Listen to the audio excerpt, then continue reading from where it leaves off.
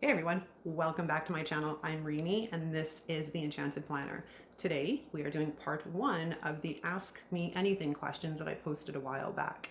We're in my kitchen because the lighting in here is just beautiful. So we're going to take advantage of that natural light, a little bit of a change of scenery. Okay, let's get started. The first question comes from Katie and she wants to know how I have so much to write in my planners. Well, as most of you know, I run a health and fitness business in addition to this planner channel. So that keeps me quite busy.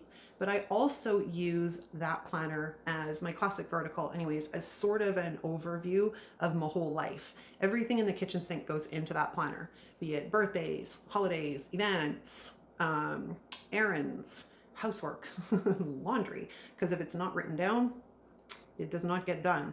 And I throw bills in there, or if I've got filming to do that day. So literally everything will go into that planner. The next part of her question is, how easy is it to use more than one planner? I find it fairly easy, but I have a very compartmentalized brain. So the way I've got my planner set up is sort of the way my brain works. My health stuff goes in my health planner. My journaling goes in my horizontal. My business stuff and social media goes into my dashboard. And then the vertical is kind of the overview of all of it. So it works with the compartmentalized type of brain that I have, in addition to the fact that I also like macro and micro. So altogether, it works fairly well. The next question comes from Creole Girl, and her question is, what is a good system for finding what type of planner or style works best for a person? Creole Girl, if you and I were sitting at my kitchen table having a cup of coffee and you notice my planner and we're interested, there's a couple of questions I would have for you. Number one being, how does your brain work? And are you more of a list maker or more of a write it all out? Because those would determine generally the direction that I would send you. The next question I would ask is, what are you going to use it for? If it's just for day to day, I'd steer you probably towards a classic vertical or the dashboard, and we'll circle back to the classic vertical in just a second.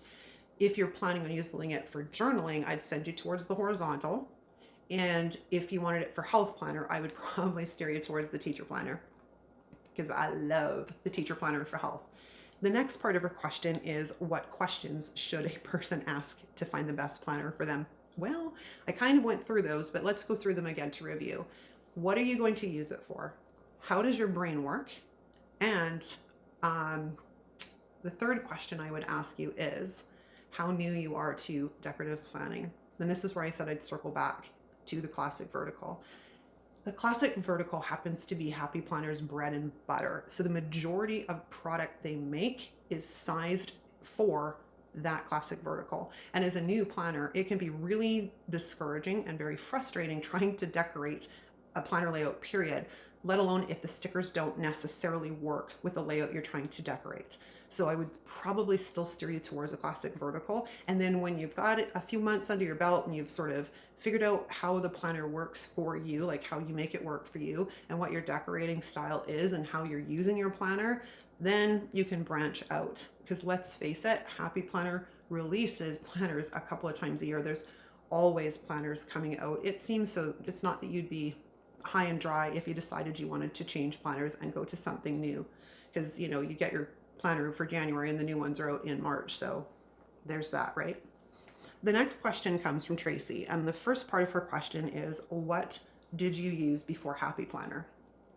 Well, I've tried Passion Planner, Panda Planner, Productivity Planner, some basic book bound planner, and a coil bound planner. And I don't like the coil bound at all. And all of them ended up sitting on the shelf collecting dust by about the third week in January without fail, because I couldn't get them to work for me. My brain just looked at the paper and went, I don't know what I'm supposed to do with this. So those are the ones I've tried before Happy Planner. The next part of her question is, when did I start planning? Successfully? Successfully would be January of 2020, when I found Happy Planner. I was wandering through Staples at the end of December in 2019 for something completely unrelated. And at the end cap, the cap aisle, what do they call them? End aisle caps or whatever. There was this big display for Happy Planner. And I was like, what is this? And then I spotted the discs, and that got me right here in the feels, right here, because I'm like, oh, this is my jam, because the pages came off and I was all over that. So I bought the planner. It was a dashboard. It was a color block, but I bought the planner and I brought it home. Keep in mind, I didn't know the planner community existed. I didn't know about the stickers.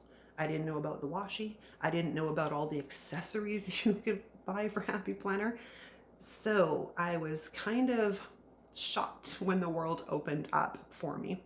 And it was amazing. I kind of went a little crazy, but buying all the things, but I had a lot of fun. The next part of her question, or the final question in her series, is what is my business?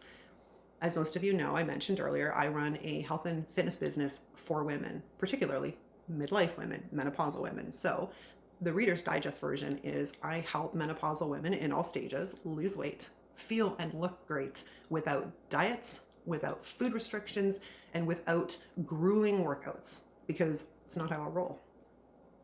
It's not how I roll. So I do have a Misfit Fitness YouTube channel. I will leave a link for it down in the description if you would like to come over there and join us. There is content coming, I promise. I've just been so behind in this content, I have to go do the other stuff now. So the next question from Claire is a perfect, Tracy's question is a perfect segue into the next question from Claire. Claire wants to know what exercises and lifestyle changes I generally make or suggest to menopausal ladies. There's 3. Nothing fancy, just 3. Number 1, move every day. Move every day. We are losing the ability to move properly. We spend so much time forward that we are losing the ability to go backward and sideways, which means that we are at a higher risk for falls when we hit this age group, especially at a critical time when our bone mass is depleting. We are at higher risk for osteoporosis. So it's important to move, and we need to try and literally think about trying to build muscle, but I'll get to that in a second. The next part that I generally recommend is eating whole foods. Stay out of the boxes and the bags and the prepared processed foods and the drive-throughs. Really, that's it. If you stay out of the drive-throughs for food, you move yourself up on the quality scale quite a bit. So stay out of the drive-throughs and try and eat a whole balanced diet, meaning it walked the earth, it swims the seas, it grows out of the ground. Those are the type of things I'm talking about when I'm talking about whole foods. And my third thing is try and restrict the amount of refined sugars that you're getting in your diet. We eat too much sugar as a society, far too much sugar as a society. And here's the thing, when there's sugar in the body releases insulin. Insulin happens to be a fat storing hormone. So, in short, if there's insulin in the bloodstream, your fat burning doors are closed. So if you have your daily nutrition that constantly has sugar throughout the day, those fat burning doors are never open. And the body is a marvelous thing, but it is also extremely lazy in some aspects. It will draw from the quick fuels, which are the sugars, instead of going for the harder to access fuel, which is from your fat cells. So this is why it's important we try and minimize the amount of sugar we have. And going back to the movement, at our age, the majority of us have held administrative positions for the last couple of decades. This is problematic because we sit too much as a society. So think about it this way. You get up in the morning, you get in your car, and you drive to work, which means you're sitting. You get out of your car, you go into your work, and you sit all day. Then you leave work, you get in your car, and you sit all the way home. And then you get out of your car and maybe make dinner, and then you sit on the couch. We sit too much. The human body is meant to move. Movement is good for us. It lubricates the joints by exercising and getting some strength training. And I'm not talking crazy stuff. We need to build the muscle because we're at an age now where we're fighting the clock. Literally fighting the clock. The older we get, the more difficult it is for us to put on muscle mass, but it is never too late. Never too late. I have seen women in their 70s that look like rock stars because, they've taken the time, built the foundations and the basics, and they make sure they move every day and they are strength training, and it's nothing crazy. Okay, so those are my 3 things, which was a long version of it. Minimize the sugar, eat whole foods, move as much as you can. And it doesn't have to be high intensity movement. Going for a walk, a swim, taking a yoga class. Start small, build from there. And the final question is from, bear with me, because it's either Marika or Mariek, and I'm not quite sure which pronunciation it is. So could you let me know in the comments phonetically how to pronounce your name properly? That would be awesome. So the first part of her question here is, you showed us a lot of things you use your planner for. What is my all-time favorite thing to plan? Monthly, weekly, planner setup, or something totally different? I love my weeklies. Love them. It's something new all the time.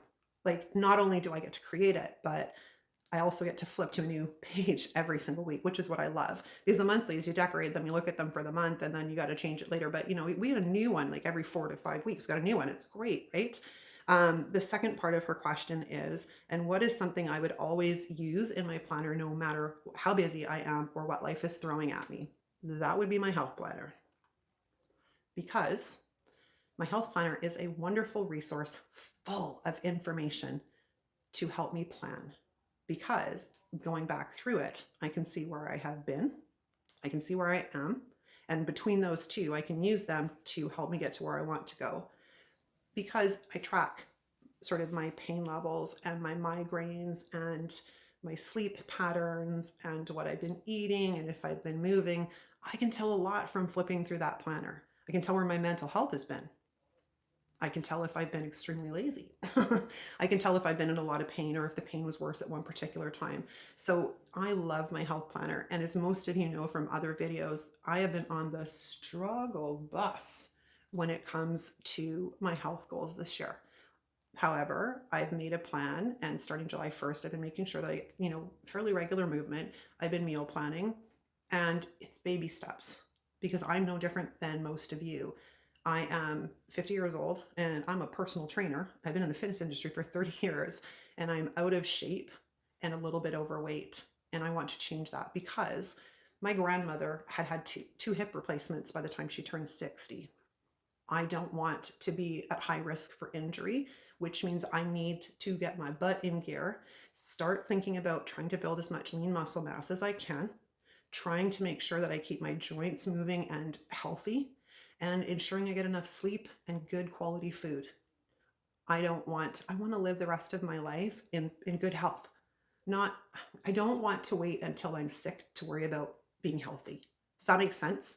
So let's be proactive here, and we're going to put ourselves first for once, because most of us put everybody else before ourselves, and we can do this. Just little steps every day. Build the basics and build on from there. And as always, you guys, if you have any questions that were sparked throughout the course of this video, top them down below.